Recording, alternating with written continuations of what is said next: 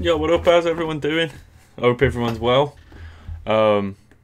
Cities at sea, how aircraft carriers work. This was a lot of people were requesting this. Either a lot of people were requesting it or the same guy requested it a lot. I can't remember. Because, you know, if there's one thing I'm known for, it's my military expertise. Now, I've heard it's an interesting video and it's kind of short, so let's just get straight into it. I have very little knowledge about how aircraft carriers work, as you can imagine, so it's going to be new to me. This video was made possible by Brilliant. Right, turn that up for a start. 20% off by being one of the first 200 to sign up at brilliant.org/Wendover. A single aircraft carrier is enough to markedly change the level of a nation's military might. These ships are one of the strongest single assets a military can have. In general, under international law, aircraft carriers can legally position themselves up to 14 miles or 22 kilometers from any country's coast. Clearly, the strategic influence of being able to place a military airbase just miles from any coast in the world is enormous, especially given that 80% of the world's population lives within 60 miles or 100 kilometers from the ocean. While plenty of military vessels are capable of launching helicopters, there are just 19 aircraft carriers worldwide currently in service capable of launching fixed-wing airplanes. China, Thailand, India, Russia, and France each have one, Italy has two, and the US has the 11th largest in the world. These largest carriers require over 6,000 people to operate and often stay deployed for up to a year. They are fully fledged cities at sea.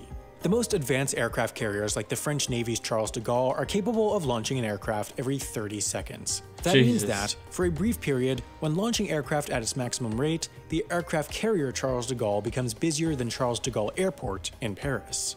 To be able to achieve such a capability on a moving ship is no easy feat. While the operation of these vessels gives militaries enormous strategic advantage, they also represent one of their greatest operational challenges. An aircraft carrier's offensive weapon is its aircraft. On board, carriers tend to only have a small number of defensive weapons such as surface-to-air missiles and machine guns. But of course, just like any powerful military asset, these carriers are big targets. It is for this reason that carriers never travel alone while on deployment. While the exact composition can change depending on the mission, the carrier strike groups American carriers travel with are typically made up of a guided missile cruiser equipped with Tomahawk missiles, 2 guided missile destroyers, an attack submarine, and a supply ship. An aircraft carrier is the flagship of this strike group, meaning that, in its command area, it not only has a bridge and an air traffic control center, it also has a flag bridge where an admiral commands the entire strike group. Man, it's interesting. Like, I just assumed, like, I'll skip back to this point. I assumed that, not just out of naivety, these 5 ships surrounding the aircraft carrier were just all the same ship. You know what I mean? They're just all cruisers. And it says obviously there's a submarine there as well. Probably not in that picture, but you know what I mean. Also, just a side note, look how sick this geezer's mustache is. You got that's worth a salute in itself. Traffic control center, it also has a flag bridge where an admiral commands the entire strike group.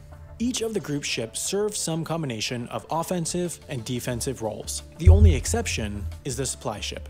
Most aircraft carriers don't need regular refueling. All 11 American carriers and the French one are nuclear powered, meaning they can sail an unlimited distance for 25 years without refueling. Jesus. Even conventionally powered aircraft carriers like the UK's HMS Queen Elizabeth can travel up to 12,000 miles or 18,000 kilometers without refueling, making the need for stops infrequent. While an American or French carrier could hypothetically sail... Oh, there was a dude in the comments. Oh, I'm sorry, bro. I forgot your name. He said he worked on the nuclear reactor in an aircraft carrier. So shout out to you, man. Thank you for your service. That was you must be a real smart dude to get a job like that. But yeah, man. Thank you for your service. Even if you're not British, it still means the most. Making the need for stops infrequent. While an American or French carrier could hypothetically sail non-stop for years or even decades, what they can't do is carry enough food, which is always needed, and aviation fuel, which is needed for combat operations, to stay at sea for more than a few weeks at a time. It would be inefficient and place the carriers in a position of vulnerability to have to visit a port every few weeks to restock, especially during combat operations, so they don't. They restock while at sea. The supply ships that move as part of the strike group will sail off to a nearby port to take on fuel, ammunition, food, and mail, sail back to the strike group, then match speed and maneuver alongside the carrier.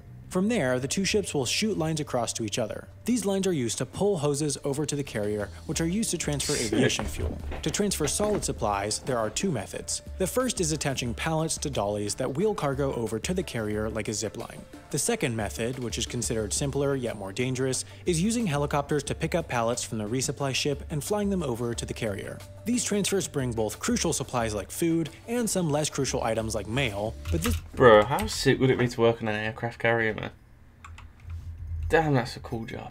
These transfers bring both crucial supplies like food and some less crucial items like mail, but this isn't the only way mail arrives on American aircraft carriers. Each carrier actually has a mailing address just like any building in the US. For example, this is the Uss Gerald R Ford address. Families of sailors can send mail to these addresses in the same way that they could to any other, and, in fact, it costs the exact same as a shipment to any other US address, even if the ship is on the other side of the world. Sailors can even order packages online to their ship. Expedited mail often makes it from an address in the US to a carrier sailing somewhere around the world in just 10 days. Whoa. Having this speed requires more frequent deliveries than those of the logistics ships, but conveniently, carriers are airports at sea. American carriers currently use a fleet of C-2 Greyhounds as cargo aircraft, providing a high-frequency, often daily connection between carriers and shore.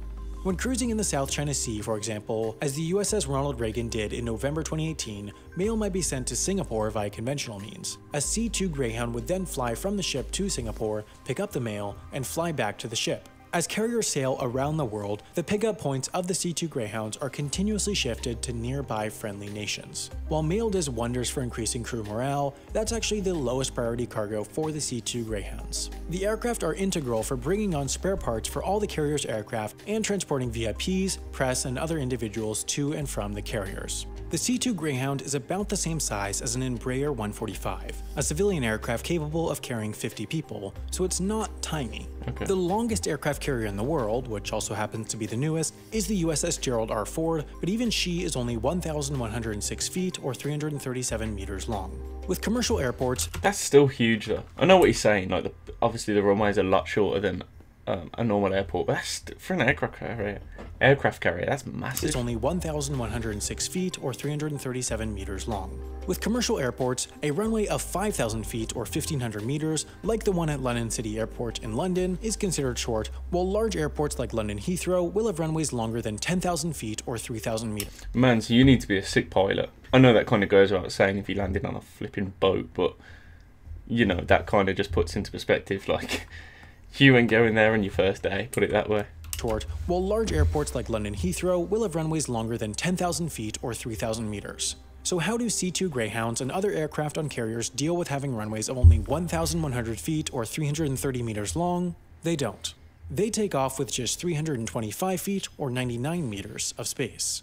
All US and French carriers use a system of catapults to get aircraft up to takeoff speed within 3 to 4 seconds. This allows these carriers to launch a decently sized aircraft like the C-2 Greyhound with their relatively short decks. Other carriers, like the Chinese and Indian ones, don't have catapults, so they can only launch lighter, shorter range aircraft capable of taking off with a very short runway. Both these two types of carriers have arrestor wires that aircraft catch on landing to decelerate with a short distance given. Every other aircraft carrier out there can only operate with aircraft capable of vertical landing. What takes place on the flight deck is carefully choreographed chaos. On American carriers, everyone's job is easily identifiable by the color shirt they wear. Yellow shirts deal with navigating aircraft around the deck. Blue shirts are assistants to yellow shirts driving tugs, operating elevators, delivering messages, and more. Red shirts do all the handling and mounting of ammunition. Purple shirts manage aircraft fueling. Green shirts are worn by a few different groups including catapult crews, maintenance personnel, cargo handlers, and more. White shirts are also worn by a mix of personnel including those helping aircraft land, working as medical personnel, and more. And lastly, brown shirts are worn by plane captains, who are not those that fly the aircraft, they're individually in charge of overseeing all work for getting an aircraft ready for flight. The flight deck is a dangerous place. So, is there any armed personnel on an aircraft carrier? Like, would the Navy have their own? Like, we have the Royal Marines. Oh yeah, you guys have the Marines as well, but I mean, like, are they stationed on an aircraft? I'd imagine they are some form. This guy's talking about the surface level employment jobs, I'm guessing. But are there Marines on the lower decks, or do they double up? Like, could you be a Marine and then you have to go on and get a secondary skill as a refuel guy? Because I know that's how it. That's not necessarily how it works in the Royal Marines here. Like, you're stationed there as a Royal Marine, and then you go out and do operations off the ships, i.e., counter piracy or something like that. It'll probably explain, but if it doesn't, just let me know, please. Given its small size. It's so small that all the carrier's aircraft can't fit on it, but of course just below the flight deck is the hangar. A large carrier can carry up to 100 aircraft, so massive elevators bring aircraft from the flight deck to the hangar for storage when not in use. About 6,000 people work and live aboard each American carrier. 3,200 of them have jobs related to running the ship itself. That includes everything from working in the engine room, maintaining the nuclear reactor, cleaning the decks, to actually working up in the bridge commanding the ship. Many of these jobs are below deck, and since all the above deck space is used for flight operations, many on board can go weeks without seeing sunlight. 2,500 other personnel are part of the carrier's air wing. If this was an airbase on land, these would be everyone working there, including air traffic controllers, aircraft mechanics, fuelers, pilots, and more. The few hundred remaining personnel work assorted other jobs. In terms of personal space, enlisted personnel, the vast majority of those on board, only get a single bunk in a room with sometimes more than 100 others. Higher-ranked individuals, though, of course have more spacious accommodations. As long-term homes for thousands of people, these ships also have a few small luxuries like stores, gyms, barbershops, lounges, and more, but space is at a premium when 6,000 people are packed into one floating hall, and the mission is paramount. Since their heyday in World War II, some have started to question the place aircraft carriers have in modern warfare. Every operating country aside from the US tend to, at any given moment, have their ships either in combat, in training, or at home. The US tends to use its carriers for a fourth function: power projection. At any given moment, there is almost certainly an American carrier cruising somewhere in the world. In fact, January 2017 was the first time since World War II that there was not an American aircraft carrier on... I mean, I'm just thinking about why that power projection would be necessary. I mean, I understand all the obvious reasons to project power. But I wonder if there's a logistical side to that. There's obviously constant... I'm assuming as a new airman that's got a job on an aircraft carrier, it'd be more beneficial to be on a power projection mission, getting experience on deployment. Not necessarily, deployment, just not wartime. Then it would be then just sat at home at dock. Like you're picking up stuff, you're learning stuff here. Obviously he's got one over in Europe. This map is mad. I don't know why they've done it like this. Because I've only just realised that's America. Okay. I just thought that was America because Europe would be here, and then I realised Europe's over here. But yeah, I bet there's a few reasons for that. There is almost certainly an American carrier cruising somewhere in the world. In fact, January 2017 was the first time since World War II that there was not an American aircraft carrier on deployment. Even if there wasn't an aircraft carrier on deployment, they're fast. They have a top speed of 35 miles or 56 kilometers per hour, meaning that a Norfolk, Virginia-based carrier could get to the Middle East in just a week. In the Pacific, the US has an even greater advantage since it has the USS Ronald Reagan based in Yokosuka, Japan, from where it could reach the shores of North Korea, for example, in just 29 hours. American carriers spend plenty of time just cruising around the world's oceans, reminding other countries of the US's military power. For example, the USS Ronald Reagan returned from a 4-month deployment. Bit of a dick move, I'm not gonna lie. No one cares, bro. I'm only joking. US's military power. For example, the USS Ronald Reagan returned from a 4-month deployment from August to December 2018, during which it saw zero combat. It spent much of the time cruising around the South China Sea, an area in which China is attempting to assert military control, much to the US's displeasure. Elsewhere in Asia, American carriers also regularly make visits to the Korean Peninsula to remind North Korea of their presence. This reached a peak in November 2017 as tensions with North Korea reached a peak when 3 American carriers loomed near Korean shores. With their enormous power, Wait, what was that? Sorry. Elsewhere in Asia, American carriers also regularly make visits to the Korean Peninsula to remind North Korea of their presence. This reached a peak in November 2017 as tensions with North Korea reached a peak when 3 American carriers loomed near Korean shores. With their enormous power, though, aircraft carriers represent an enormous target, especially in the era of stealthy drones and precise missiles. The sinking of a single US aircraft carrier could result in more American military deaths than the entire Iraq War, in addition to the loss of tens of billions of dollars in military assets. I mean, fuck the spending on military assets. That is a crazy amount of life. The sinking of a single U.S. aircraft carrier could result in more American military deaths than the entire Iraq War, in addition to the loss of tens of billions of dollars in military assets.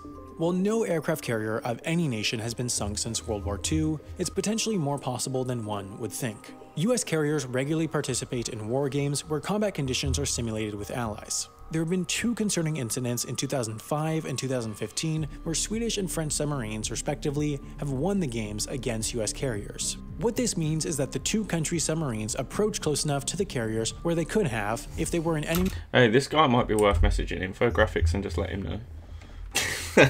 No, I'm joking. Means is that the two country submarines approach close enough to the carriers where they could have, if they were an enemy in real combat, launch torpedoes and potentially sink the carriers. This, in essence, proves that aircraft carriers, with all their defense, are not as unsinkable as some may say. Meanwhile, hold on. I thought he said that aircraft carriers. The fuck is this submarine doing? Would it not have? No, I'm coming across really ignorant there. That's not its primary job, is it? Right. Okay. Potentially sink the carriers. This, in essence, proves that aircraft carriers, with all their defense, are not as unsinkable as some may say. Meanwhile, the US has already received the first of 10 in a new class of carriers, while China, India, and the UK each have carriers under construction, so, despite their possible obsolescence, we can be sure that the aircraft carrier won't be leaving the world's oceans anytime soon. I have a logic question for you. Yeah, it's funny because the aircraft carrier that we're building now, my mate, well, I say he's my mate, I kind of know him from school, he might be going to work on that. Although it's basically already, he's an electrician, so I'm not sure exactly what job he'd be doing, but it'd be the electrical side of building it. I don't really know much about it, so I don't want to speak on it and just sound like an absolute idiot. But yeah, it's pretty cool. From what I understand, they take a while to make, like 3, 4, 5 years. Because I remember when the whole, do you remember where, I think it was like back in 2012, when Russia had that whole incident with Ukraine and they moved into Crimea. I remember at that time, France was in the process of building 2 Russian aircraft carriers for it. Was it aircraft carriers? Yeah, I'm pretty sure it was. Like they'd been contracted to build them. And then after it finished, Russia had already paid them the money, and then France were withholding them in case like they used them immediately, which I don't think you could do. But I don't know why I'm telling you this. I just thought it was some, a little fun fact. Be leaving the world's oceans anytime soon. I have a logic question for you. Suppose there are 2 doors, and the first has a sign on it saying, if this door is safe, the other door is dead. Okay, so that was a really cool video. Again, the only question that I have is, are there armed marines on board the aircraft carrier at all time? I imagine there is, and if not, there'd be on one of the accompanying ships, I guess. Even Navy SEALs, I'm guessing, if it's America. I had no idea, like, to be honest, it's going to sound completely ignorant, I had no idea that, like, nuclear aircraft, I'd always just assumed that the nuclear was for if they could house, like, a nuclear weapon, or the weapons were nuclear, not that it was powered by nuclear power. I know that seems pretty ignorant, but I just never really questioned it. I hope you enjoyed this reaction. I know I didn't add much, but I had nothing to add. It was a learning experience for me. Yeah, I want to know what the difference is between the new class of aircraft carriers and the old ones. Is it just like upgraded armor? Are they quicker, stronger, nuclear? I don't know. Let me know if you know. I'm sorry that I couldn't remember the guy's name who worked in the US Navy. I feel really bad, but let me know what you think, and peace out, man. Take it easy.